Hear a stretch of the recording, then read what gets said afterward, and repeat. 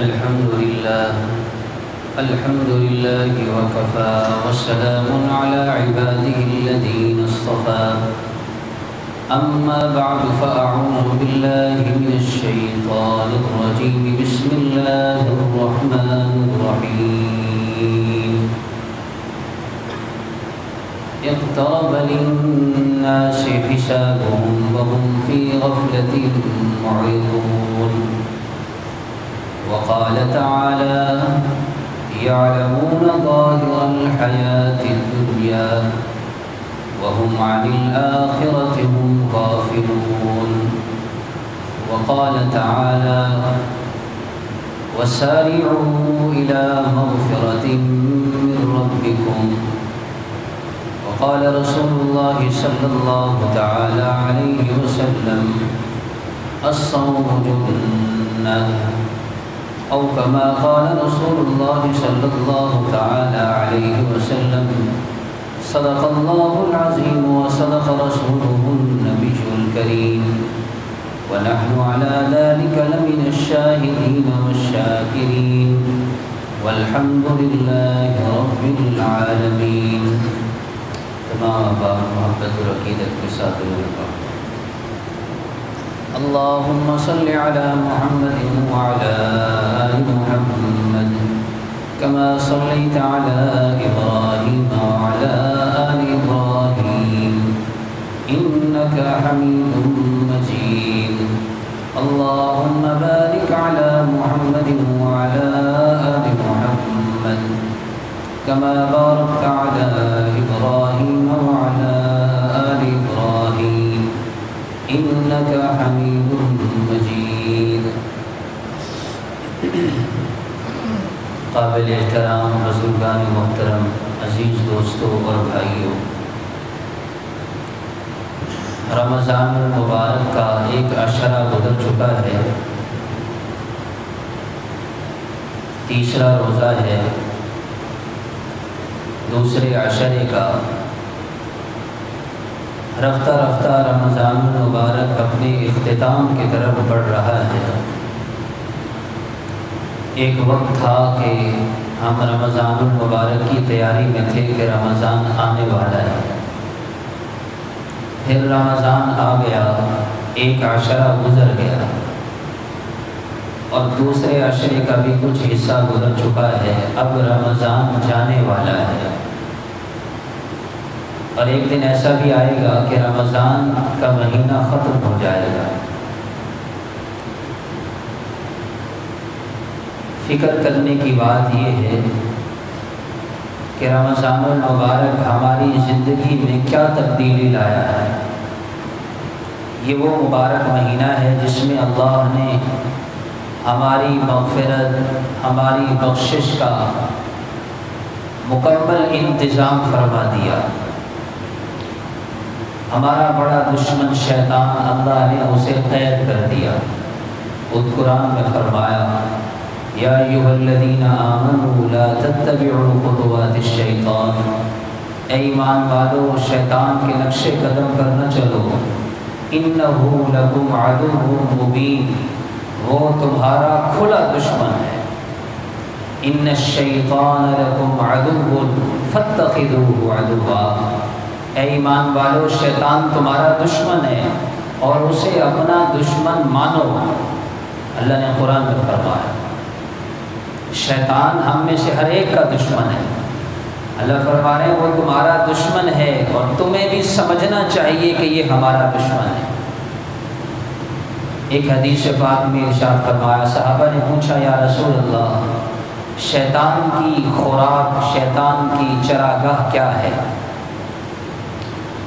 آپ علیہ الصلوۃ والسلام نے فرمایا شیطان کی چراگاہ، شیطان کی خوراک محرمات ہیں، حرام چیزیں، حرام سننا، آنکھ سے حرام دیکھنا، زبان سے حرام بولنا، دل و دماغ سے غلط سوچنا، غلط خیالات دل میں آنا، یہ شیطان کے لیے معاون اور مددگار بنتے ہیں. کان سے غلط سن رہا ہے، شیطان کو حملے کی دعوت دے رہا ہے. زبان سے غلط بول رہا ہے، شیطان کو حملے کی دعوت دے رہا ہے. اس سے شیطان کو تقویت مل رہی ہے۔ صحابہ نے پوچھا یا رسول اللہ، شیطان کی اس چراگاہ کو برباد کرنے کی کیا صورت ہے کہ ہم شیطان کو زیر کر دیں، اسے مغلوب کر دیں، خود اس پر غالب آ جائیں، اس کی کیا صورت ہے؟ آپ نے فرمایا روزہ رکھا کرو۔ روزہ رکھنا یہ اپنی روحانی کیفیت اس کو غالب کرنا ہے اور شیطان کو اور نفس کو مغلوب کرنا ہے۔ تو فرمایا کہ جو روزہ ہے، روزہ یہ دو دھاری تلوار ہے، جیسے ایک تلوار کی دونوں طرف دھار ہے، وہ اس دھار سے بھی حملہ کرتی ہے، کاٹتی ہے، دوسری دھار سے بھی کاٹتی ہے۔ تو روزہ رکھنا یہ دو دھاری تلوار ہے، اس سے ایک شیطان پر حملہ ہے اور دوسرا اپنے نفس کی اصلاح بھی ہے۔ یہ دو بڑے دشمن ہیں انسان کے۔ شیطان کا علاج بھی روزے میں اللہ نے رکھا اور اندر کے نفس کا علاج بھی اللہ جل شانہ نے روزے میں رکھا ہے۔ اور یہ روزے کا مہینہ کون سا ہے؟ یہی رمضان المبارک کا مہینہ۔ اس لیے غفلت سے اپنے آپ کو نکالنا، یہ غفلت سے نکلنے کا ایک موقع ہے کہ اللہ نے اسباب بنا دیے، مسجدیں بھر گئیں اور تراویح میں اللہ کے سامنے کھڑے ہو کر مسلمانان عالم وہ تراویح کی نماز ادا کر رہے ہیں اور ایک اعمال کا ماحول ہے، اس ماحول سے فائدہ اٹھانا۔ جیسے عام دنوں میں روزہ رکھنا مشکل ہوتا ہے، رمضان المبارک میں روزہ رکھنا آسان ہوتا ہے۔ عام دنوں میں تہجد کے لیے اٹھنا مشکل ہوتا ہے، رمضان المبارک میں تہجد کا اہتمام آسان ہوتا ہے، کیونکہ ماحول بن گیا، ہر ایک روزہ دار ہے تو روزہ رکھنا آسان ہو گیا۔ ہر ایک تہجد میں سحری کے لیے اٹھ رہا ہے تو تہجد پڑھنا آسان ہو گیا۔ اگر اس مہینے میں بھی ہماری غفلت دور نہ ہو تو پھر ہم سے بڑا محروم کوئی نہیں۔ غفلت سے ہوشیار ہو جائیں، نکل آئیں غفلت سے، اس سے پہلے کہ وہ وقت آئے کہ لوگوں کو یہ اطلاع دی جانے لگے کہ فلاں شخص بیمار ہو گیا۔ ایک بزرگ فرماتے ہیں کہ اس وقت کے آنے سے پہلے سنبھل جاؤ کہ جب تمہارے متعلق یہ لوگ کہنے لگ جائیں کہ فلاں شخص بیمار ہو گیا، فلاں حکیم کو بلاؤ، فلاں ڈاکٹر کو بلاؤ۔ اب وہ حکیم اور ڈاکٹر بھی آئے اور دیکھ کے چلے گئے کہ اب بچنے کی کوئی صورت نہیں ہے، لا علاج مرض ہے، اب یہ چند دنوں کا مہمان ہے۔ پھر کچھ دن اور گزرے، طبیعت میں، جسم میں نقاہت اور کمزوری بڑھنے لگے۔ پھر ایک وقت ایسا آئے کہ انسان کے قوا کمزور ہو جائیں اور زبان تتلا جائے، آنکھیں لڑکھڑا جائیں، آنکھیں پلٹنے لگیں، اور اولاد، ماں باپ، بہن، بھائی، رشتہ دار قریب کھڑے رو رہے ہوں، جس کو قرآن نے اس نقشے کو بیان کیا، کلا اذا بلغت التراقی۔ ایک وقت ایسا آنے والا ہے جب تمہاری روح نکلنے لگے گی تو قیلا، کہا جائے گا، من راق، ہے کوئی جو اس کو اس بیماری سے نکالے گا، وظن انہ الفراق، سب کو پتہ چل جائے گا کہ اب جدائی کا وقت آ چکا ہے۔ والتفت الساق بالساق، پھر تم ایسے ایڑیاں رگڑنے لگو جیسے جانور ذبح ہوتے وقت ایڑیاں رگڑتا ہے۔ جیسے جانور کو ذبح کرتے ہیں تو کیسے وہ آخر میں جب اس کی روح نکل رہی ہوتی ہے تو وہ ایڑیاں رگڑتا ہے، ایسے ہی فرمایا والتفت الساق بالساق، تم ایسے اپنی پنڈلیوں کو رگڑنے لگو، وقت آنے والا ہے۔ امام شافعی رحمۃ اللہ علیہ نے اپنے ایک بھائی کو نصیحت کی کہ دیکھو بھائی، یہ دنیا یہ زوال کا جہان ہے، یہاں سدا رہنے کے لیے کوئی نہیں آیا، یہاں کی آبادی کا منتہا انجام بربادی ہے، یہاں کی آبادی کا انجام بربادی ہے، اور یہاں کی مشقت اور یہاں کی پریشانیاں ایک نہ ایک دن ختم ہو جانے والی ہیں۔ اور فرمایا جتنا رزق اللہ نے دیا ہے اس پر راضی رہو، اور اپنی دنیا کے لیے آخرت سے قرض نہ لو۔ بڑا عجیب جملہ ہے، دنیا کے لیے آخرت سے قرض نہ لو، دنیا میں ایسے کام نہ کرو جس کا بدلہ کل آخرت میں دینا پڑے۔ فرمایا دنیا کی مثال ایک سائے کی سی ہے جو ختم ہو جانے والا ہے، دنیا کی مثال اس دیوار کی سی ہے جو گرنے والی ہے، عنقریب گر جائے گی۔ تو اس لیے میرے محترم بھائیو، یہ رمضان المبارک کا مہینہ غفلت سے نکلنے کا ایک موقع ہے کہ اللہ کے سامنے کھڑے ہو کر گڑ گڑا کر اللہ کو راضی کرنا۔ دن میں جہاں روزہ رکھا جائے وہاں رات کا قیام ہے، تراویح ہے، تہجد کا اہتمام ہے، قرآن کریم کی تلاوت ہے۔ اللہ جل شانہ ان روزہ داروں پر اور ان رات کو تراویح میں کھڑے ہونے والوں پر اپنے فرشتوں کے سامنے فخر فرماتے ہیں کہ دیکھو میرے بندے دن بھر روزہ رکھتے ہیں، بھوک برداشت کرتے ہیں، اور رات کو میرے سامنے کھڑے ہو کر تراویح کی نماز ادا کرتے ہیں۔ تو یہ روزہ رکھنا، یہ تراویح ادا کرنا، یہ اللہ جل شانہ کے فخر کا سبب ہے۔ اور آپ علیہ الصلوۃ والسلام نے خصوصاً رمضان المبارک اور پھر اس کا جو آخری عشرہ آنے والا ہے، اور اس میں اعتکاف کی فضیلت ہے، اعتکاف کی عبادت ہے۔ امی عائشہ فرماتی ہیں آپ علیہ الصلوۃ والسلام رمضان المبارک کے آخری عشرہ میں اتنی مشقت اور مجاہدہ فرماتے جتنا پورا رمضان نہیں فرماتے تھے۔ کیوں؟ اس لیے کہ جیسے ضابطہ ہے، پہلے تخلیہ پھر تحلیہ، یعنی پہلے صفائی ہوتی ہے پھر اس کے اوپر پیٹ ہوتا ہے، پہلے ریگ مال سے صاف کیا جاتا ہے۔ تو پہلا عشرہ، دوسرا عشرہ اندر کی صفائی ہوئی، 11 مہینے جو زنگ چڑھ گیا دنیا کا، دنیا کی محبت کا، دنیا کی چیزوں کا، غفلت کا، نماز کی پابندی نہ کرنے کا، آنکھ کان زبان سے غلط سننا، کان سے غلط بولنا اور غلط دیکھنا، یہ جو زنگ چڑھ جاتا ہے پہلے عشرے میں، دوسرے عشرے میں یہ زنگ اترتا ہے، اور پھر تحلیہ ہوتا ہے، پھر سنورنا ہوتا ہے، پھر اللہ جل شانہ کی طرف سے رحمتوں اور برکتوں کا نزول ہوتا ہے۔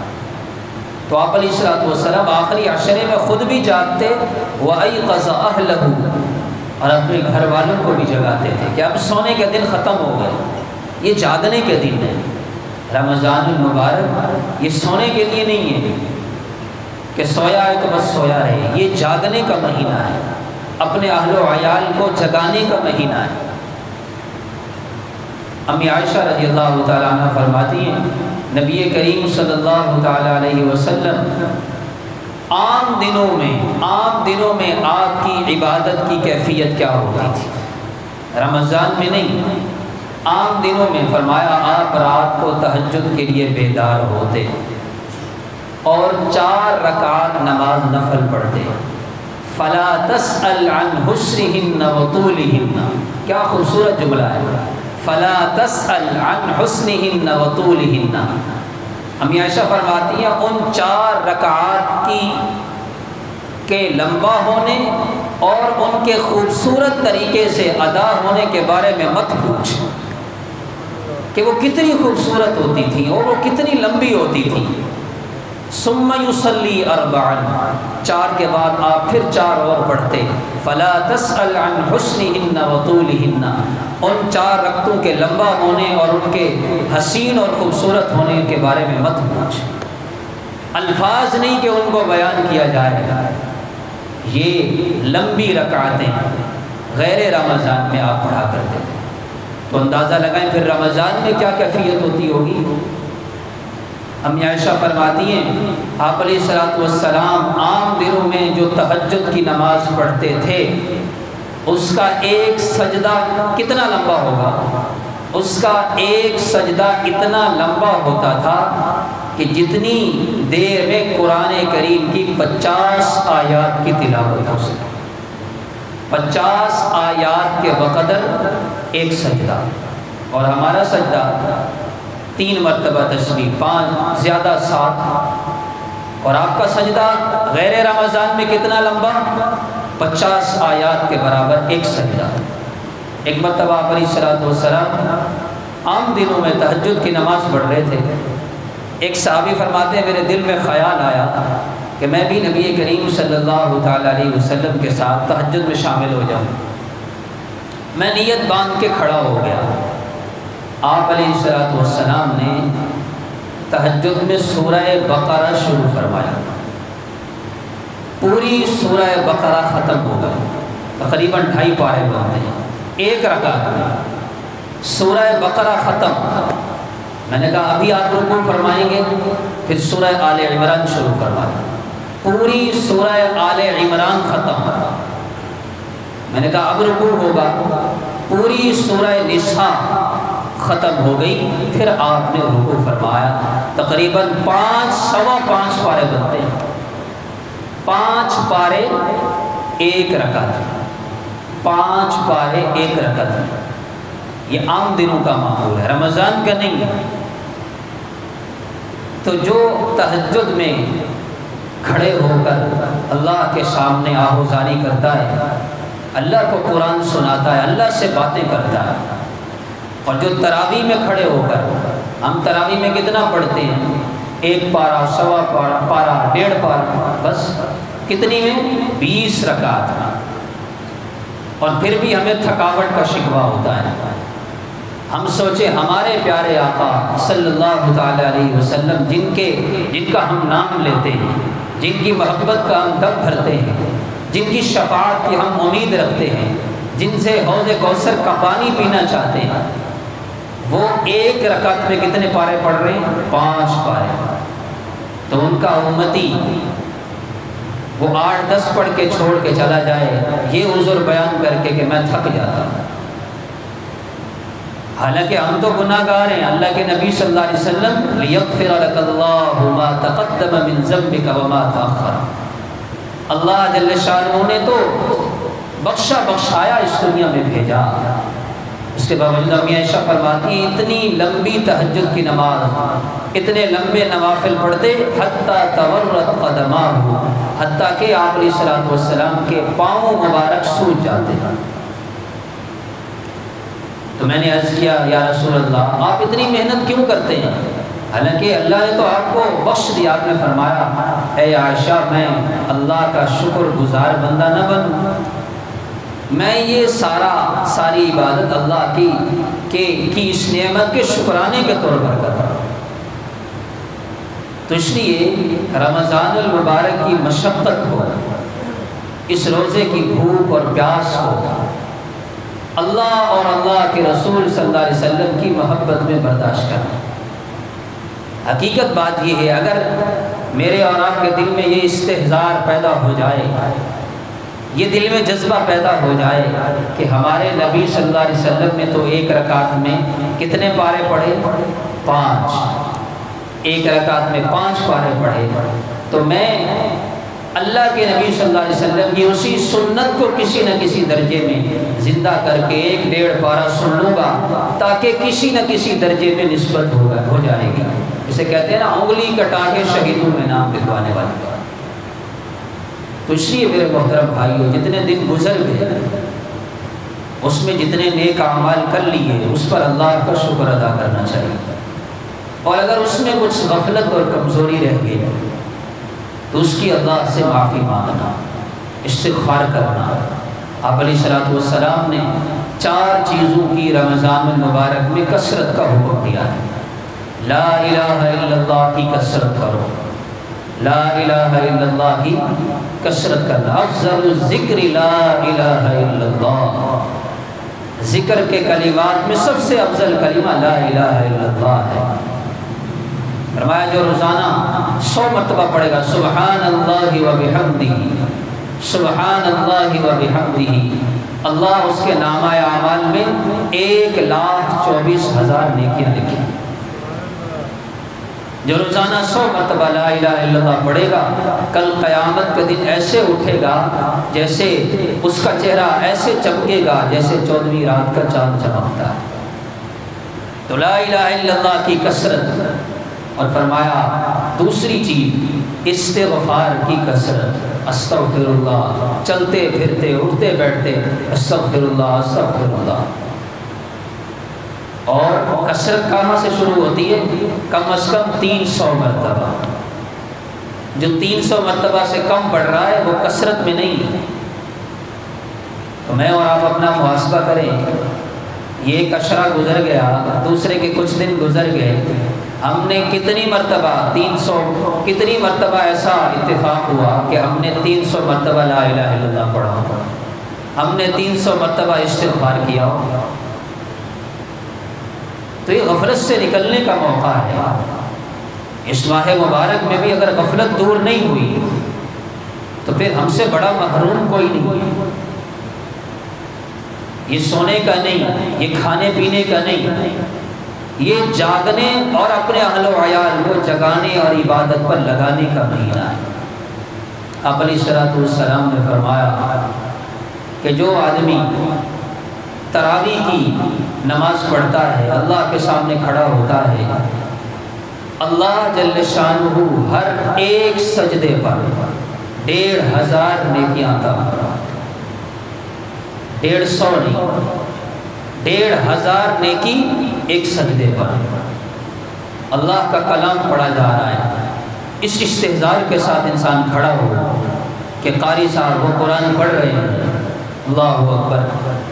اگر تصور ہو کہ ہم کیا سن رہے ہیں، ہمارے کانوں میں ہمارے کان جنہوں نے سارے پورے 11 مہینے کیا سنا، لیکن اللہ کا فضل ہے، اللہ نے اپنے گھر میں بلایا، اپنا مہمان بنایا، اپنا مبارک مہینہ عطا فرمایا، اپنے دربار میں کھڑے ہونے کی توفیق عطا فرمائی۔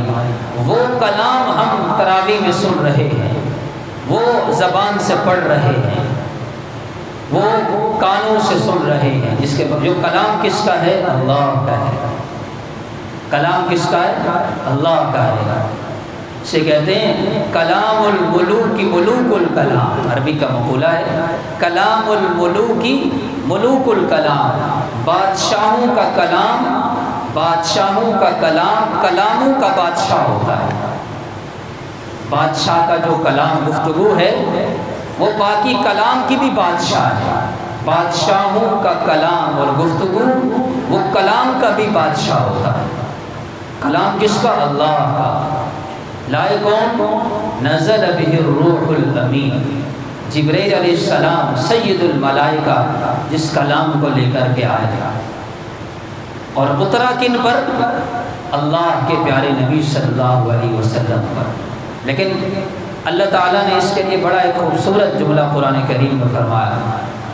یہ نہیں فرمایا اللہ نے کہ میں نے اپنے نبی پر اتارا، بعض جگہوں پر یہ بھی فرمایا، لیکن ایک جگہ فرمایا ہے اعلیٰ قلبک، ہم نے یہ قرآن اتارا ہے اے نبی آپ کے دل پر اتارا ہے۔ اعلیٰ قلبک، آپ کے دل پر اترا اور آپ کے دل سے پھر امت میں پہنچا ہے۔ تو اللہ کے نبی صلی اللہ علیہ وسلم کا دل کتنا پاکیزہ دل ہوگا۔ اگر اسی مجلس میں بتلا دیا جائے کہ جمعہ کی نماز کے بعد منہ مبارک کی، آپ علیہ الصلوۃ والسلام کے بال مبارک کی زیارت ہوگی، ہے کوئی جو اس مجمع سے اٹھ کے جائے؟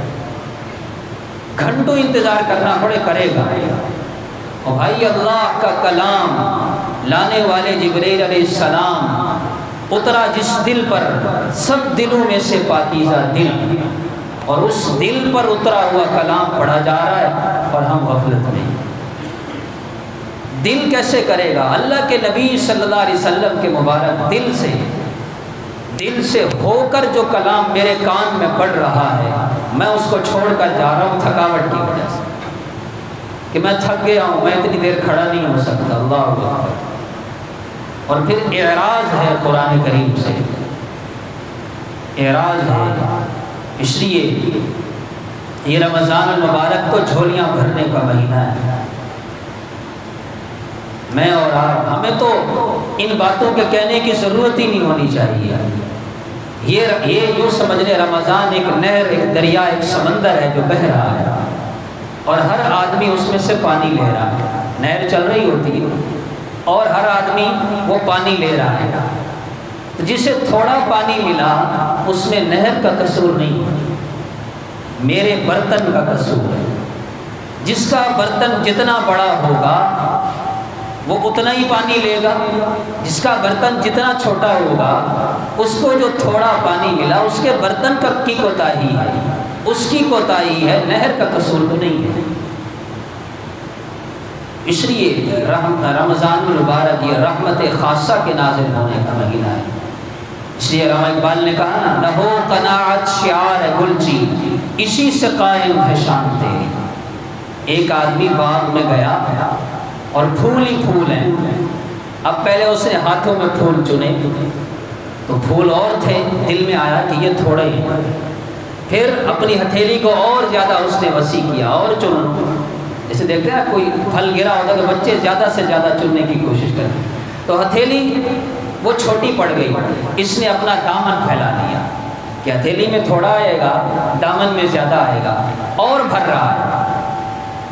اسی کو علامہ اقبال نے کیا کہا، نہ ہو قناعت، تھوڑے پر گزارا نہ کر، نہ ہو قناعت شعار گلچی، اے پھول کے چننے والے تھوڑے پر کفایت نہ کر، وفور گل ہو اگر چمن میں اگر جا بجا پھول کھولیں تو اور دامن دراز ہو جائے، اپنا دامن بڑھا لے، جتنا لے سکتا ہے لے۔